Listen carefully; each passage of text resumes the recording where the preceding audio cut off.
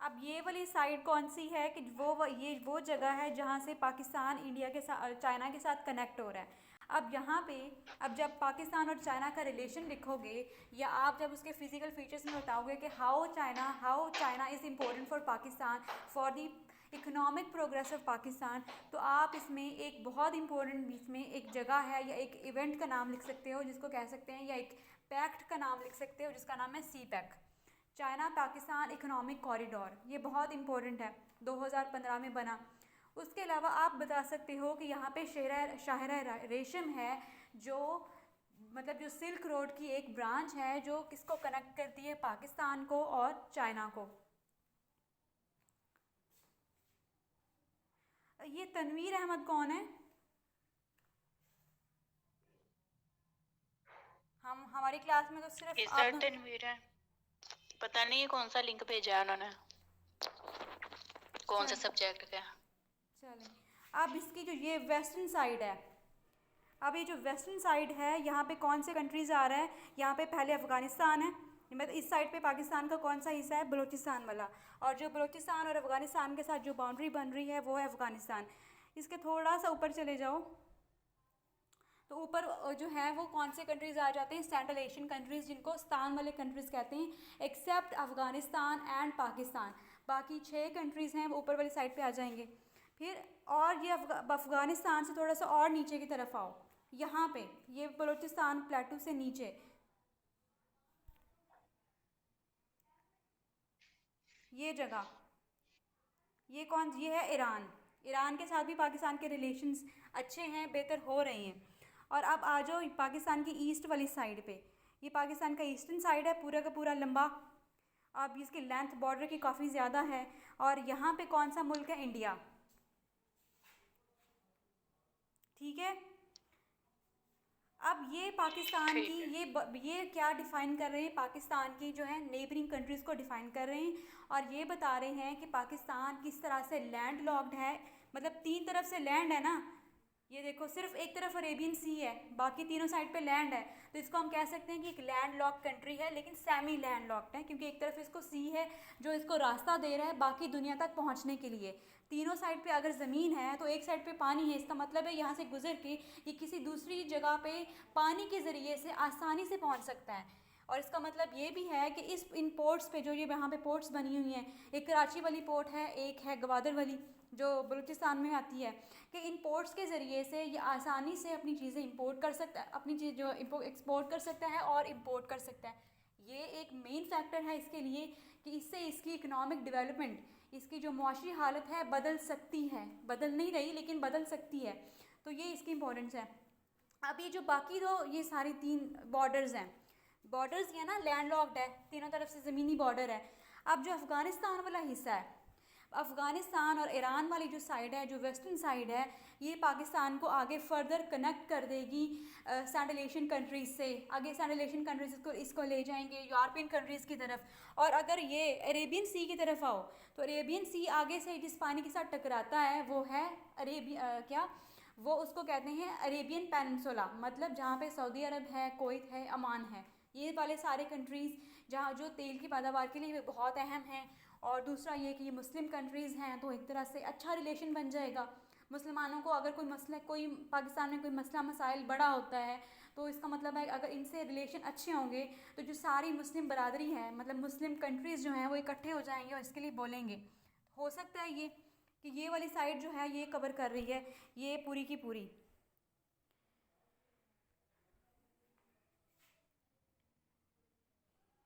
जो ये है ये पूरा एरिया जो है, क्योंकि इससे आगे ये वाली साइड हमें कनेक्ट कर रही है बाकी मुस्लिम कंट्रीज से।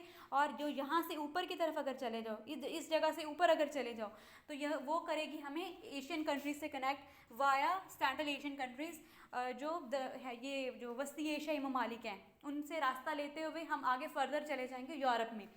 अब दूसरी तरफ आओ, ये वाली साइड पाकिस्तान की, ये साइड भी पाकिस्तान की बहुत इम्पोर्टेंट है, क्योंकि पाकिस्तान जो है हज़ारों साल तक, हज़ारों नहीं इनफैक्ट कम से कम 800 से 1000 साल तक यहाँ पे मुसलमानों की हुकूमत रही।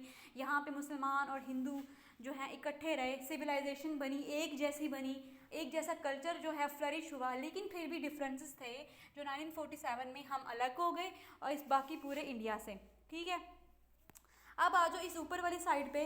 अब जो ये चाइना का कंट्री है, चाइना जो कंट्री है, इसके रिलेशन पाकिस्तान के साथ तो अच्छे हैं, लेकिन उसके रिलेशन जो हैं वो इंडिया के साथ अच्छे नहीं हैं। ठीक है, अब और पाकिस्तान को इस चीज़ का फ़ायदा भी होता है कभी कि जब आप देखो कि जो आपका राइवल है, जो आपका दुश्मन है, वो आपके दोस्त का भी दुश्मन है, तो ये आपका जो स्ट्रैटेजिक अलाइंस बन जाता है, इसको कहते हैं स्ट्रैटेजिक अलाइंस, कि आप जो है उससे जो है रिलेशन अच्छे कर लेती हो। लेकिन एक स्ट्रैटेजिक अलाइंस ये होता है कि आप दुश्मन के दोस्त को दोस्त बना लो, एक ये भी होता है। एक ये होता है कि आप जो हो अपना, आपको ये पता है कि जो आपका दोस्त है उसका दुश्मन भी सेम वही स्टेट है या वही ग्रुप है जो आपका दुश्मन है, इससे आपके रिलेशन अच्छे होंगे, इससे आप इम्प्रूव करोगे। और दूसरा स्ट्रैटेजिक अलाइंस ये होता है जब आप ये देखते हो मुख्तलिफ तरीक़ों के ज़रिए से जो अपने दुश्मन का दोस्त है उसको अपना दोस्त बना लो। तो सर ये इन्होंने इंडिया ने कुछ जगहों पे ऐसे ही किया कि पाकिस्तान अफ़गानिस्तान के रिलेशन शुरू से अच्छे नहीं हैं, क्योंकि अफ़गानिस्तान वो पहला कंट्री था जिसने पाकिस्तान की UNO में, यूनाइटेड नेशन ऑर्गेनाइजेशन में उसकी शमूलियत पे सवाल उठाया था और इसको उसने वोट नहीं किया था। मुस्लिम कंट्री था, फिर भी पाकिस्तान को इसने फेवर नहीं किया था और बाद में भी रिलेशन कुछ ख़ास अच्छे नहीं रहे। तो इंडिया ने इस चीज़ का फ़ायदा उठाया और रिलेशन जो है इसने यहाँ से उठ के इसने इस जगह से उठ के इसके साथ रिलेशन अच्छे कर लिए। तो ये क्या हुआ कि इसके जो है इन्होंने इसमें ऐसी टाइज बना ली और हमने सीधा चाइना के साथ ही रखा। और अब आगे ईरान के साथ रिलेशन फर्दर बेटर हो रहे हैं, तो जो हमें एक नई राह दिखा सकते हैं, जैसे हम अपनी इकॉनमी को मसला सबको क्या है, यहाँ पे सबको अपनी अपनी इकॉनमी स्ट्रॉन्ग करनी है, क्योंकि सारे जो है गरीब मुल्क हैं। गरीब से मुराद थर्ड वर्ल्ड कंट्रीज़ हैं जिनको लिस्ट बनाई जाती है, तो ये थर्ड नंबर पे आते हैं। ये वो कंट्रीज़ हैं जो दूसरी कंट्रीज़ पे डिपेंडेंट हैं। ठीक है, इनको मदद चाहिए ही होती है बाकियों से, और ये वो वाले भी कंट्रीज़ हैं जो आपस में लड़ते रहते हैं। तो हमें असला भी चाहिए होता है, हमें जो है वो फ़ौज रखने के लिए पैसे भी चाहिए होते हैं जो हमें US से देता है। हमें जो है अपनी जो बाकी फाइनेंशियल नीड्स हैं उनको पूरा करने के लिए भी पैसे चाहिए होते हैं, वो भी हम किसी न किसी से मांगते हैं। तो इस वजह से हम जो हैं टोटली इंडिपेंडेंट नहीं हैं। हम अपने ख़र्चों की वजह से, हम अपने मसाइल की वजह से जो बाकी सुपर पावर्स हैं उन पे क्या हो गए हैं, डिपेंडेंट हो गए हैं। हम अपना फ़ैसला कुछ कर ही नहीं पाते, जिसकी वजह से जो हमारे मसाइल हैं वो बढ़ते ही जा रहे हैं। क्योंकि मसला एक ये जम्मू कश्मीर का मसला है, यहाँ पे ये जो पोजीशन है, जो ये जगह है, ये वाली जगह, ठीक है, अब इसको जो इंडिया भी क्लेम करता है कि मेरी है, पाकिस्तान भी क्लेम करता है, लेकिन अभी तक इन्होंने निगोशिएशंस नहीं की सही तरीके से, मतलब सही तरीके से टेबल टॉक नहीं की, बात नहीं की है, बस लड़ी जा रहे हैं। तो इसका नुकसान तो हमें ही हो रहा है ना, फाइनेंशियल कंडीशन को। तो आप ये सब क्या लिखोगे इसमें, ये है पाकिस्तान की स्ट्रैटेजिक अलायंस, पाकिस्तान की इम्पोर्टेंस पूरे रीजन में। और जो पाकिस्तान की एक ख़ास इम्पोर्टेंट है, एक बहुत जो बड़ी वजह है इम्पोर्टेंस की, वो ये है, ये इधर इंडिया है, कोई और मैप होता आपको दिखाती। ये जो इंडिया, इस तरफ इंडिया के आगे सारा अरेबियन सी है, इंडिया के पास डायरेक्ट पानी का वसीला है, वो आराम से पानी यूज़ कर सकता है, अरेबियन सी इंडियन ओशन तक पहुंच सकता है। पाकिस्तान के पास सिर्फ ये वाली जगह है जहाँ पे वो पानी के साथ कनेक्ट करता है।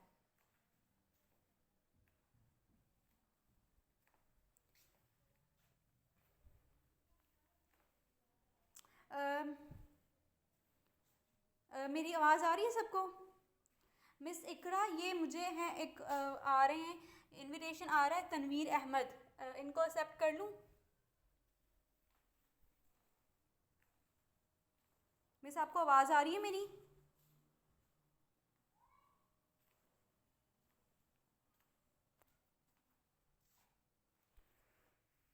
ठीक है, अब ये वाले जो सारे हैं, ये हो गया पाकिस्तान की इम्पोर्टेंस, पाकिस्तान की जो है। अब आ जाओ ये हमने किया पाकिस्तान का आउटर साइड, पाकिस्तान के बाहर क्या क्या है। अब हमने करना है कि पाकिस्तान के अंदर क्या है, पाकिस्तान किस तरह से इसकी जो फिज़िकल फ़ीचर्स हैं वो इसको बहुत ज़्यादा यूनिक बना रहे हैं बाकी सारे एरियाज़ से, और ये किस तरह से ये फ़ीचर्स बाकी जो सूबे हैं, बाकी जो कंट्रीज़ हैं इसके इर्द गिर्द, बल्कि इसके दूर वाली कंट्रीज़ हैं, उनको कैसे फ़ायदा पहुंच रहा है, किस तरह से ये हो रहा है। अब ये देखो पूरा का पूरा लेंथ में देखो पाकिस्तान लंबा ज़्यादा है, इसलिए ये इसको 1200 माइल जो है लंबा है और सिर्फ 300 माइल जो चौड़ा है। बहुत ये लंबी शेप का है। मैप से नज़र आ रहा होगा आपको। आवाज़ आ रही है मेरी? सबा? जी मिस आ रही है। ठीक है। अब ये पूरा इसकी लंबी साइड है, मतलब 1200 ये लंबा है और सिर्फ 300 ये चौड़ा है। अब इसका जो लंबे वाली साइड है, जो यहाँ पे ये वाला जगह है, ये जगह यहाँ से इसका स्टार्ट होता है, मतलब ये इसका अब कह लो कुछ, मैं कलर चेंज करती हूँ इसका। यहाँ से इंडस रिवर स्टार्ट होता है, ये यहाँ पे आ जाता है। मतलब कि पूरा का पूरा लेंथ को कवर कौन सा रिवर कर रहा है? पाकिस्तान का मेन सोर्स क्या है? इंडस रिवर है, जो पूरे के पूरी लेंथ को कवर कर रहा है।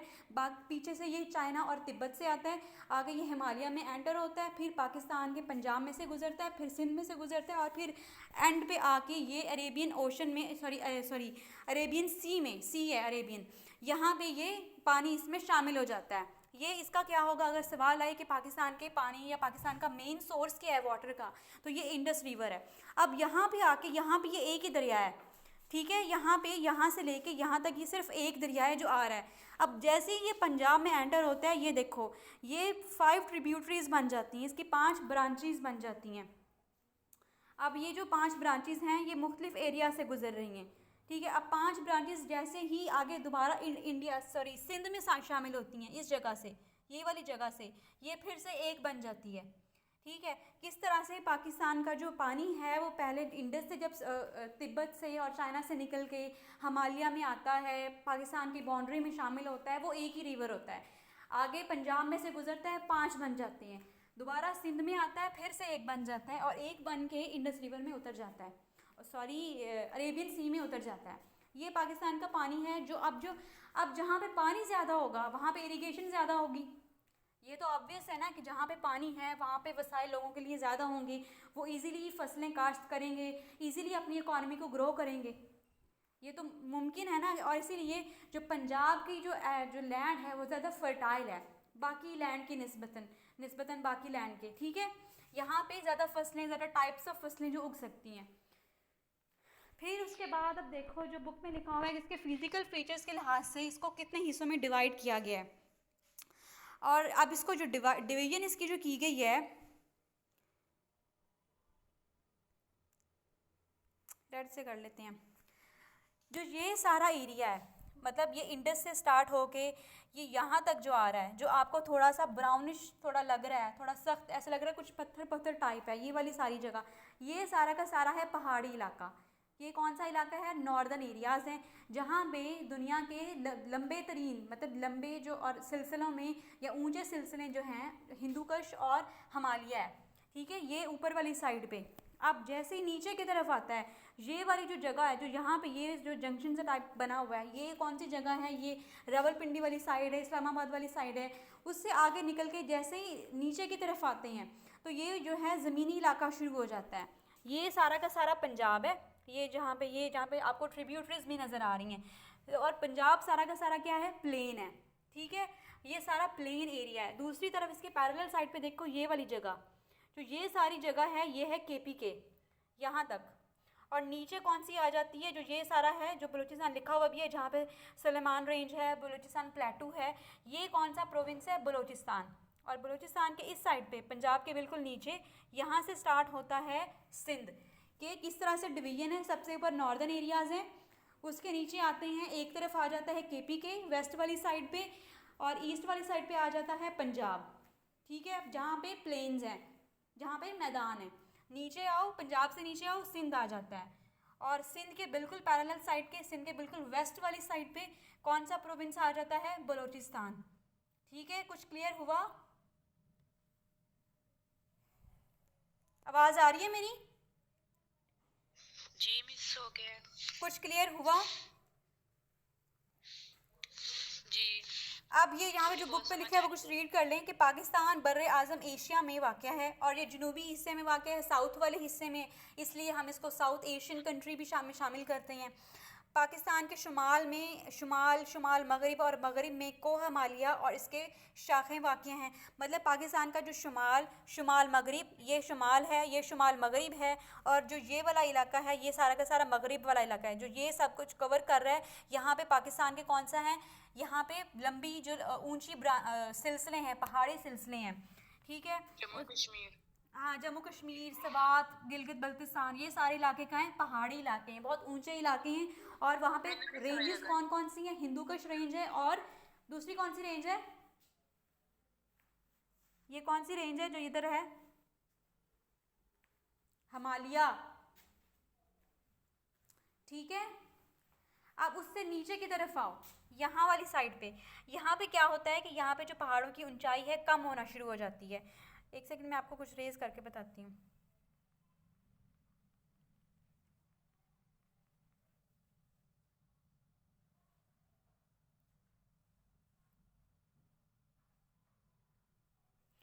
अब जो यहाँ से स्टार्ट होके ये जो इस तरफ को आते हैं, यहाँ पे पहाड़ों की ऊंचाई नीचे की तरफ हो जाती है, और यहाँ से एक अलग से पहाड़ी सिलसिला शुरू हो जाता है, जिसमें कोहे सुलेमान है, कीरतर की पहाड़ी सिलसिला है, जो ऊंचे ज़्यादा नहीं हैं, वो सारे कहाँ पे आ जाते हैं, बलूचिस्तान वाली साइड पे, ठीक है। अब उसके अलावा आप देखोगे फिर, और जो ये साइड है, मतलब आपको इस मैप से पता लग रहा है कि जो ग्रीन ग्रीन एरियाज़ हैं वो आप प्लेन्स में शामिल कर सकते हो। ग्रीन से मुराद यहाँ पे फसलें इजी से हो सकती हैं, और जो थोड़े से ब्राउनिश, ज़्यादा थोड़ा डार्क ब्राउनिश है, थोड़ा रेड रेड है, वो सारा आपको इस मैप में नज़र आ रहा होगा, ये ऊंचे पहाड़ हैं। और जो ये बिल्कुल लाइट सा ब्राउन है, ये लाइट सा ब्राउन जो है, ये कौन सा एरिया है, ये जो पहाड़ इतने ज़्यादा ऊंचे नहीं हैं, लेकिन फिर भी यहाँ पे पहाड़ी सिलसिले हैं जो बहुत लंबे जो है फैले हुए हैं। देखो लंबा है ना, यहाँ से लेके ये यहाँ तक आया हुआ है, कि यहाँ से स्टार्ट होके ये इस तरह ऐसे ऐसे एस की शेप में ये नीचे की तरफ आया हुआ है, तो इसका मतलब ये काफ़ी लंबा है, लेकिन ये है कि ज़्यादा ऊंचा नहीं है। अब इसकी बात करते हैं कि पाकिस्तान, अब उसके अलावा जो है पाकिस्तान का 59% जो हिस्सा है वो पहाड़ों पे है और सतू मुर्तफ़ा पे वाक़या है। और इसको अब यहाँ से अब देखो, अब ये जो पाकिस्तान का पूरा हिस्सा है, ये पूरा का पूरा जो पाकिस्तान है, ये 59%, मतलब जो मेजॉरिटी एरिया है वो किस पे मुश्तमिल है, पहाड़ों पे। देखो यहाँ पे ये पहाड़ शुरू हो जाते हैं, ये पहाड़ देखो यहाँ से शुरू हो जाते हैं, ये पूरा इलाका पहाड़ ले जाते हैं, उसके अलावा फिर ये पहाड़ हैं, तो बाकी कितना थोड़ा सा जगह बची है जहाँ पे सिर्फ प्लेन्स हैं। तो ये पूरा का पूरा कौन सा हिस्सा बन जाता है कि 59% जो हिस्सा है पाकिस्तान का वो पहाड़ों पे है और सतह मुर्तफ़ा पे है। यहाँ पे सतह दो सतह मुर्तफ़ा हैं, एक है बलूचिस्तान प्लेटू है, और दूसरी है क्या उसे कीरथर, पोठवार। उसके अलावा आप देखोगे कि बाकी जो हिस्सा है ये बाकी बच जाता है कि 41% जो हिस्सा है ये किस पे मुश्तमिल है, ये प्लेन्स पे मुश्तमिल है। फिर उसके बाद आ जाते हैं कि ये जो जगह है, ये प्लेन्स जो हैं,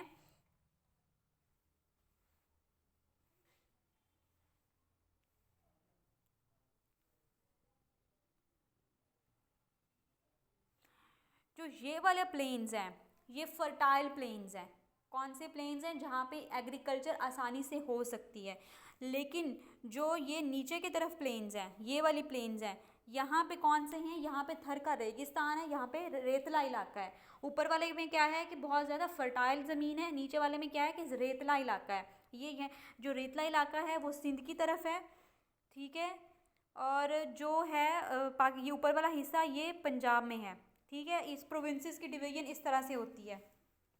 आप देखो कि जो पाकिस्तान के पहाड़ी सिलसिले हैं, जो पाकिस्तान के पहाड़ी सिलसिले ये वाली साइड है, ये साइड है, और जो ये साइड है पाकिस्तान के पहाड़ों वाली, यहाँ पे जो पहले हैं शुमाली और शुमाल मशरकी पहाड़, मतलब जो ये शुमाली हिस्सा है, ये शुमाल मशरकी हिस्सा है जो इंडिया की तरफ लग रहा है। ये वाले हैं शुमाली और शुमाल मशरकी पहाड़।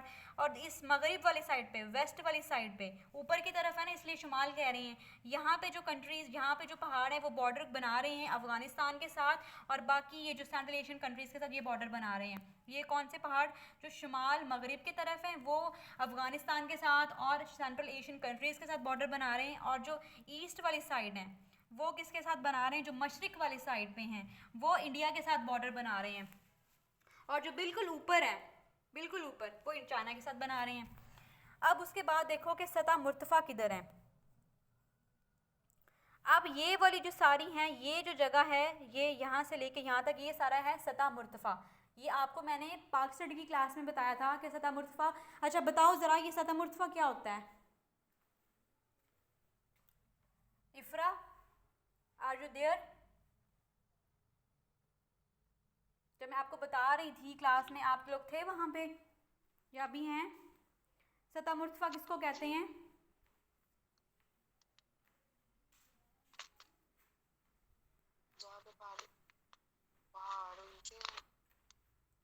आवाज़ नहीं आ रही।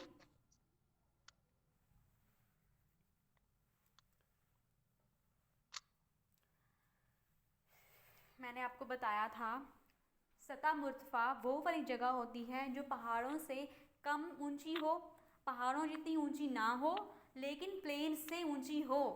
मतलब जो पहाड़ों और प्लेन्स के दरमियान वाली जगह आ जाए वो कौन सी जगह कहलाती है, और जिसकी जगह कुछ पथरीली सी हो, कुछ इतनी फर्टाइल ना हो, वो सतह मुर्तफ़ा कहलाती है। और पाकिस्तान में दो सतह मुर्तफ़ा हैं, एक पोठोहार है और एक बलूचिस्तान है, और ये बलूचिस्तान की तरफ, बलूचिस्तान के प्रोविंस की तरफ ही आती हैं। ये वो जगह हैं जो ऊंची नहीं हैं लेकिन उनको प्लेन्स भी नहीं कह सकते, ये प्लेन्स के लेवल से भी ऊंची हैं। और उनका दूसरा मसला ये होता है कि ये बिल्कुल सीधी नहीं होती हैं, ये बहुत जो है, ये आपको यहाँ पे अगर अच्छे से मैप होता तो आपको पता लगता कि जो ये जगह होती हैं ये ऐसे ऐसे होती हैं। मतलब इसको आप ऐसे या कर लो कि ये ना तो पहाड़ों की तरह बहुत ऊंची हैं, ना प्लेन की तरह बिल्कुल सीधी हैं। ये बहुत जो है ना, इनकी ढलवान भी नहीं होती है, मतलब कुछ ढलवानदार होती हैं, कुछ ये आड़ी तिरछी किस्म की जगह होती है, सीधी जगह नहीं होती है। ठीक है, और उसके अलावा और जो इस तरह की जगह हो उस पर तो आप ईज़िली कुछ ग्रो भी नहीं कर सकते हो, कुछ आप कल्टीवेट भी नहीं कर सकते हो, मुश्किल हो जाता है। और लेकिन जो इस तरफ आ जाते हैं ये पाकिस्तान के मैदानी इलाके हैं। मैदानी इलाकों में सबसे पहले, सारे मैदानी इलाकों को क्या कहते हैं अभी बताओ मुझे? ये पाक स्टडी में अच्छे से मैंने डिफ़ाइन किया हुआ है कि जो पाकिस्तान का पूरा मैदानी इलाका है, चाहे वो पंजाब से गुजर रहा है चाहे वो सिंध से गुजर रहा है, उसको एक ही नाम दिया जाता है।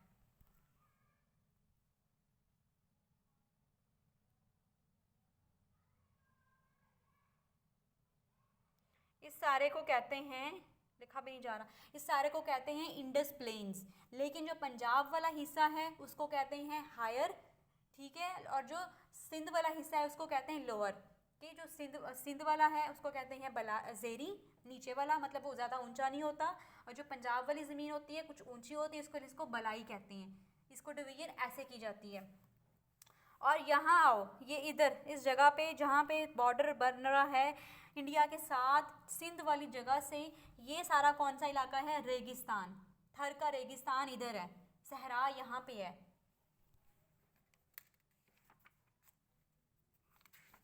अब आप लोगों का टाइम थोड़ा रह गया क्लास का, मैंने आप लोगों को सारा डिफ़ाइन कर दिया है। कल मैं आप लोगों को बताऊंगी, हाँ सारा बता दिए आप लोगों को। अब सिर्फ एक दफ़ा रीड करना है और उसमें से पॉइंट आउट करो कि क्या क्या बताया, और मैं आपको ये सेंड भी कर दूंगी यूट्यूब पे, तो दोबारा आप देख के कर सकते हो अगर कुछ समझ ना आए, और अगर फिर भी कुछ समझ ना आए मुझसे पूछ भी सकते हो। लेकिन ये है कि इसकी अच्छी सी प्रेजेंटेशन आप लोगों ने देनी है।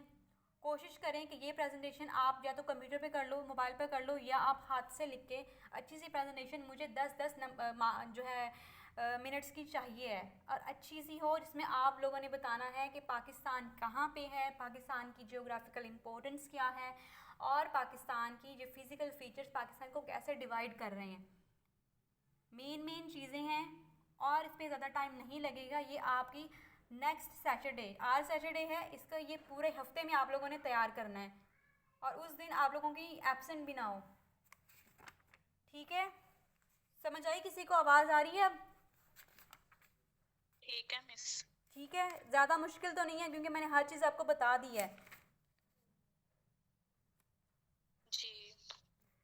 उसके अलावा आप लोगों ने क्या करना, अगला नेक्स्ट चैप्टर क्या है? पाकिस्तान की आबो हवा, क्लाइमेट। ये भी बहुत इजी है, इसको कल अब करेंगे नेक्स्ट क्लास में। कि किस तरह से पाकिस्तान की आबो हवा, जैसे जैसे पाकिस्तान के फ़िज़िकल फ़ीचर्स बदलते हैं, जैसे पाकिस्तान पहाड़ी इलाके से मैदानों में आता है, मैदानों से मुर्तफ़ा में जाते हैं हम, तो किस तरह से आबो हवा चेंज होती है, कैसे गर्मी सर्दी आती है, कैसे हवाएं चलने लगती हैं ठंडी, कैसे बहुत गर्म रेत वाला इलाका होता है। ये सारा का सारा डिपेंडेंट है पाकिस्तान की ज्योग्राफिकल और फिज़िकल फ़ीचर्स पे, क्योंकि जहाँ की जैसी ज़मीन होगी उसका क्लाइमेट भी वैसा ही होगा, आप उसको बदल नहीं सकते। जैसे लाहौर का है तो लाहौर का क्लाइमेट जो है वो मतलब नॉर्मल रहता है, ना यहाँ पे बहुत शदीद गर्मी होती है, ना यहाँ पे शदीद सर्दी होती है, ठीक है। एज़ कम्पेयर टू अकेले मुल्तान है, यहाँ पे वहाँ पे शदीद गर्मी हो जाती है, या जो गिलगित है वहाँ पे शदीद सर्दी हो जाती है। तो ये क्यों यहाँ पे, क्योंकि जो लाहौर है बिल्कुल सेंटर में आ जाता है इसके पाकिस्तान के, बल्कि पंजाब के सेंटर में आ जाता है, और जहाँ पे इसके इर्द गिर्द प्लेन्स ही हैं, इसके इर्द गिर्द जो हैं वो, और इसके एक साइड पे मतलब मरी वाली साइड से इसके पहाड़ शुरू हो जाते हैं, तो थोड़ा थोड़ा ठंडा भी रहता है इसको जैसे जैसे आगे आप बढ़ते हो। और दूसरी तरफ आप जाओ नीचे वाली साइड पे, साउथ वाली साइड पे, तो ये आ जाते हैं सिंध है, तो सिंध जो सारा गर्म इलाका है, तो इसलिए गर्मी भी, गर्म हवाएं भी आती हैं, ठंडी भी आती हैं, तो इसलिए ये मॉडरेट किस्म का टेम्परेचर रहता है, ज़्यादा गर्म नहीं होता, बहुत ज़्यादा नहीं हो जाता। तो इस तरह सतह मुर्तफ़ा का भी थोड़ा डिफरेंट टेम्परेचर होता है। इस जगह पे जो साहिल पे टेम्परेचर होता है ये डिफरेंट होता है, क्योंकि यहाँ पे हवाएं बहुत चलती हैं, ठीक है, और इस साइड पे तो रेत भी बहुत है, और ये इलाका तो ठंडा ही बहुत ज़्यादा है। यहाँ पे बहुत ज़्यादा 12 महीनों में से 9 महीने बर्फ़ पड़ती रहती है, तो बहुत ज़्यादा ठंडा इलाका है। तो पाकिस्तान का मतलब Pakistan is blessed with various types, various जो है उसकी जो है डाइवर्सिटी है उसके क्लाइमेट में और उसके फिज़िकल फ़ीचर्स में, जो इसको बाकी इलाकों से बहुत जो है डिफरेंट बना देता है। इसको बहुत फ़ायदा भी होता है और कभी कभी तो नुकसान हो जाता है, लेकिन फ़ायदा भी होता है। सो आप लोगों के साथ मेरी कितनी क्लासेस हो चुकी हैं? 4th क्लास है आज।